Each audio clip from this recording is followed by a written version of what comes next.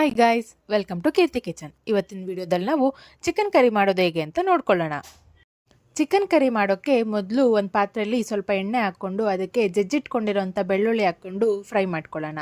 ನಂತರ ಇದಕ್ಕೆ ಚಿಕನ್ನ ಹಾಕ್ಬಿಟ್ಟು ಎಣ್ಣೆಯಲ್ಲೇ 5 ನಿಮಿಷದ ತನಕ ನೀಟಾಗಿ ಫ್ರೈ ಮಾಡ್ಕೊಳ್ಳೋಣ.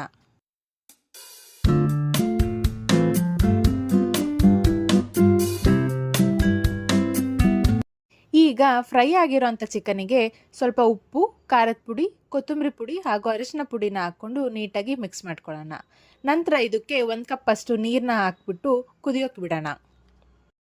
ಚಿಕನ್ ಕರಿ ಮಾಡೋಕ್ಕೆ ನಮಗೆ 2 ಮಸಾಲ ಬೇಕಾಗುತ್ತೆ. ಚಿಕನ್ ಕುದಿಯೋದ್ರೊಳಗೆ ನಾವು ಆ 2 ಮಸಾಲನೂ ರೆಡಿ ಮಾಡ್ಕೊಳ್ಳೋಣ.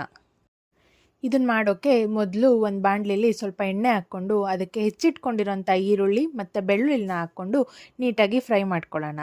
ಈ ಈರುಳ್ಳಿ ಮತ್ತು ಬೆಳ್ಳುಳ್ಳಿ ತಣ್ಣಗಾದ್ಮೇಲೆ ಅದನ್ನೊಂದು ಮಿಕ್ಸಿ ಜಾರಿಗೆ ಹಾಕ್ಕೊಂಡು ರುಬ್ಕೊಂಡ್ಬಿಟ್ರೆ ನಮ್ಮದೊಂದು ಚಿಕನ್ ಮಸಾಲ ರೆಡಿ ಆಗುತ್ತೆ.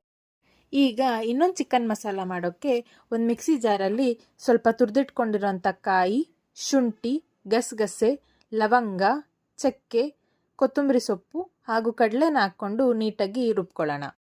ಈಗ ಈ ರುಬ್ಬಿಟ್ಕೊಂಡಿರೋಂಥ 2 ಮಸಾಲನ್ನು ಕುದಿತಿರೋಂಥ ಚಿಕನ್ಗೆ ಹಾಕಿಬಿಟ್ಟು ನೀಟಾಗಿ ಮಿಕ್ಸ್ ಮಾಡ್ಕೊಳ್ಳೋಣ. ನಂತರ ಇದ್ರದ್ದು ಹಸಿ ವಾಸನೆ ಹೋಗೋವರೆಗೂ ಒಂದು 10 ನಿಮಿಷದ ತನಕ ಕುದಿಯೋಕೆ ಬಿಡೋಣ.